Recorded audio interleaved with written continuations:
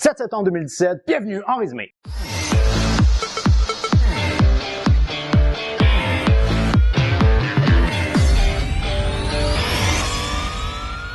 Bonjour à vous communauté, mon nom est Yves Lantier, bienvenue en résumé l'actualité avec une pointe d'humour et d'humanisme. Alors communauté, j'espère que vous avez passé une excellente semaine.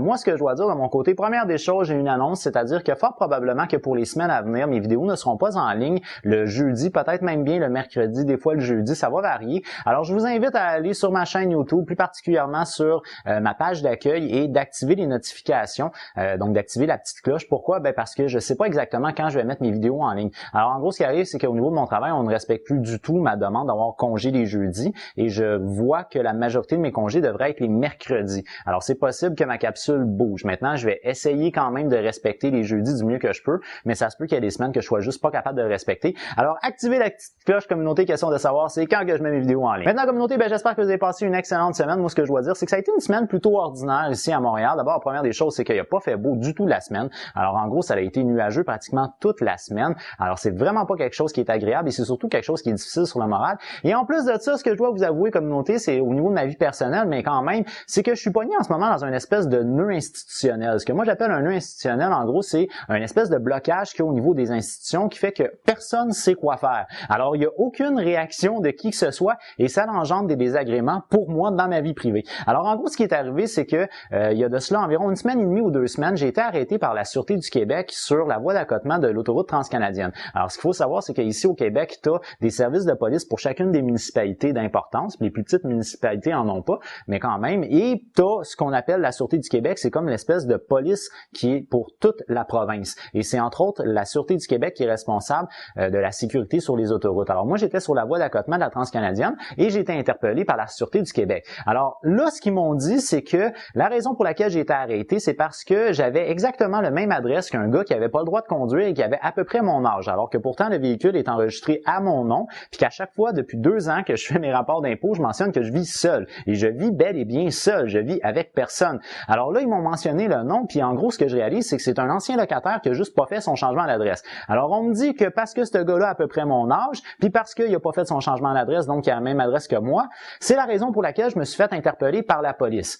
Alors là, j'ai demandé qu'est-ce que je pouvais faire pour ça. Alors les policiers m'ont dit qu'ils pouvaient rien faire, ils m'ont invité à communiquer avec le gars, j'ai pas ses coordonnées, ils m'ont dit communique avec ton propriétaire, le propriétaire a pas ses coordonnées, ils m'ont dit communique avec Poste Canada. Alors j'ai communiqué avec Poste Canada, Poste Canada me dit qu'ils peuvent absolument rien faire pour moi, alors ils m'invitent à communiquer avec la Sûreté du Québec, ils me disent c'est leur problème dans leur base de données à eux autres. Je communique avec la Sûreté du Québec, qui eux me disent on peut absolument rien faire pour vous monsieur, vous devriez communiquer avec la Régie du logement. Alors je communique avec la Régie du logement, qui eux me disent désolé monsieur, mais on peut absolument rien faire pour vous, vous devriez plutôt communiquer avec le gouvernement québécois. Alors je communique avec le gouvernement québécois, qui eux me transfèrent au département des changements d'adresse, qui me disent désolé monsieur, on peut absolument rien faire pour vous, vous devriez communiquer avec la Société de l'assurance automobile du Québec. Alors, je communique avec la Société d'assurance automobile du Québec, qui eux, bien entendu, me répondent « Désolé monsieur, on peut absolument rien faire pour vous. Par contre, vous pouvez envoyer une plainte au service aux particuliers de la Société de l'assurance automobile du Québec. » Alors, j'envoie une plainte par le biais de la poste et on m'envoie cette semaine la réponse me disant « Désolé monsieur, nous ne pouvons absolument rien faire pour vous. Le changement d'adresse doit être fait par la personne en particulier. Vous pouvez pas le faire au nom d'une autre personne. » Ils me répondent que nous comprenons les désagréments engendrés par cette situation et nous nous en excusons. Nos plus plates salutations. Ciao, bye. Alors, en gros, c'est que je peux me faire arrêter à peu près n'importe quand parce que l'esti d'imbécile d'irresponsable qui habitait à mon adresse avant a pas fait son changement d'adresse puis qu'en plus, il a perdu son permis de conduire. Alors moi, la première fois que j'ai été arrêté dans aucune condition. C'est-à-dire que j'avais pas fait d'excès de vitesse, pas de dépassement illégal, j'avais pas passé sur le numéro rouge, j'avais pas passé sur un stop, j'avais pas de problème avec mes clignotants, ma voiture est en règle, mon permis est payé, mes plaques sont payées, j'ai pas de contraventions qui sont en attente en ce moment et tout est à la bonne adresse. Alors j'ai été arrêté absolument pour rien parce qu'il y avait rien contre moi et c'est fâchant parce que je veux dire si exemple j'allais à un rendez-vous, je serais en retard à cause de ça, puis ça fait chier déjà en partant juste de te faire arrêter par la police.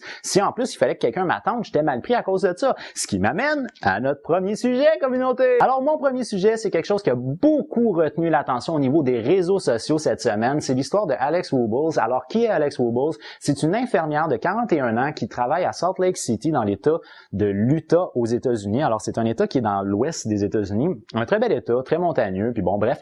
Alors, à Salt Lake City, elle pratique en tant qu'infirmière dans un hôpital. Alors là, ce qui est arrivé, c'est que les policiers sont venus la voir, puis ont demandé d'avoir des documents relatifs à l'identification sanguine d'un patient en particulier qui était pas présent mentalement pour le moment. Alors, en gros, c'est que cette infirmière-là a tout simplement refusé de donner les informations personnelles du patient aux policiers et elle a mentionné le code de réglementation. Alors, ce qu'on peut voir dans la vidéo qui a fait vraiment scandale aux États-Unis, c'est l'infirmière qui mentionne pourquoi est-ce qu'elle ne peut pas donner les informations personnelles, puis elle mentionne ce qui est la politique de l'hôpital, c'est-à-dire qu'elle doit donner les informations si le patient donne son consentement, ce qui n'était pas le cas là. Si 2, le patient est en état d'arrestation, ce qui n'était pas le cas là.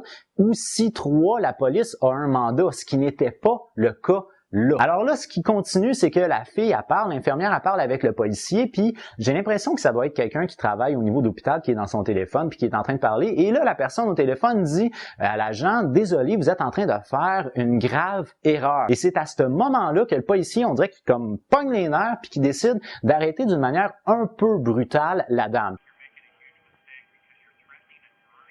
Okay. No, we're done. We're done. You're under arrest. We're going. We're done.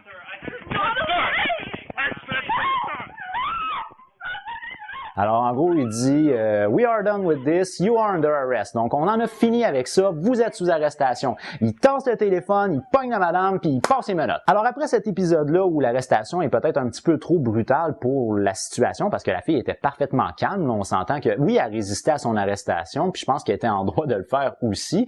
Mais bon, il reste que, je veux dire, l'arrestation s'est faite d'une manière un peu brutale, absolument pour rien. En tant que telle, la dame a été retenue à peu près 20 minutes dans la voiture de police. C'est pas la grosse affaire. Mais c'est une arrestation qui était inutile d'une manière un peu trop agressive. Pourquoi? Parce que la fille a résisté au final à l'arrestation initiale. Alors là, cette dame-là, Alex, a décidé de partager sur les réseaux sociaux la vidéo de son arrestation. Et c'est là que ça l'a fait vraiment tout un scandale parce que là, non seulement est-ce que le service de police de Salt Lake City, mais aussi la mairie de Salt Lake City s'est excusé de cette situation-là. Le service de police a même renvoyé le policier en question. Moi, ce que je peux vous dire comme noté, c'est qu'il m'est arrivé une fois dans ma vie d'avoir été arrêté pour le vol de ma propre voiture. Alors, j'avais les papiers de ma voiture.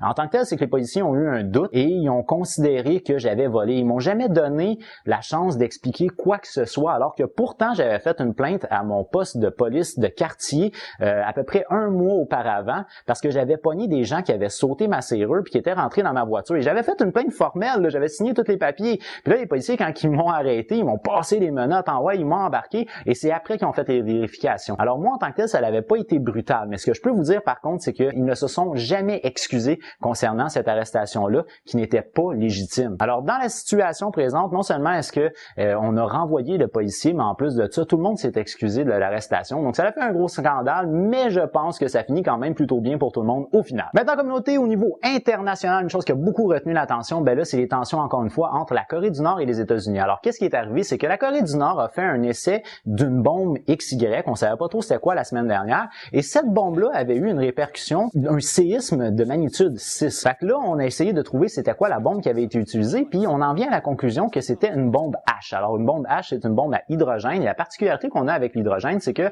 c'est un composé qui est ses particules sont particulièrement légères. Alors, c'est ce qui fait que sa portée est beaucoup plus grande que, comme par exemple, la bombe atomique qu'on connaît déjà. La bombe atomique qui avait été utilisée à Nagasaki et à Hiroshima. Alors, on sait les dégâts qu'une bombe atomique peut faire. La bombe hydrogène, on estime qu'elle pourrait faire peut-être jusqu'à 100 fois plus de dommages qu'une bombe atomique. Et là, il semblerait que la Corée du Nord aurait ce genre de bombe-là. Alors, bien entendu, la communauté internationale a réagi d'une manière vraiment très agressive, dans le sens où tout de suite, on a condamné ça, et même ses proches alliés, la Chine, ont condamné le geste de la part de la Corée du Nord. Au final, tout ce qu'on a fait, c'est des sanctions économiques. Au moment de cette explosion-là, la première réaction de la Maison-Blanche a été de dire qu'il allait envisager toutes les options possibles dans le cas d'une attaque de la part de la Corée du Nord, même l'option nucléaire. Cette semaine, là, ce que la Maison-Blanche a fait, c'est qu'ils ont proposé des sanctions au niveau économique encore plus graves, et entre autres sur le pétrole. pétrole. Et ils ont proposé à des pays comme par exemple la Corée du Sud et le Japon d'acheter plus d'armements. Le président Donald Trump a donc accepté qu'on vende plus d'armements sophistiqués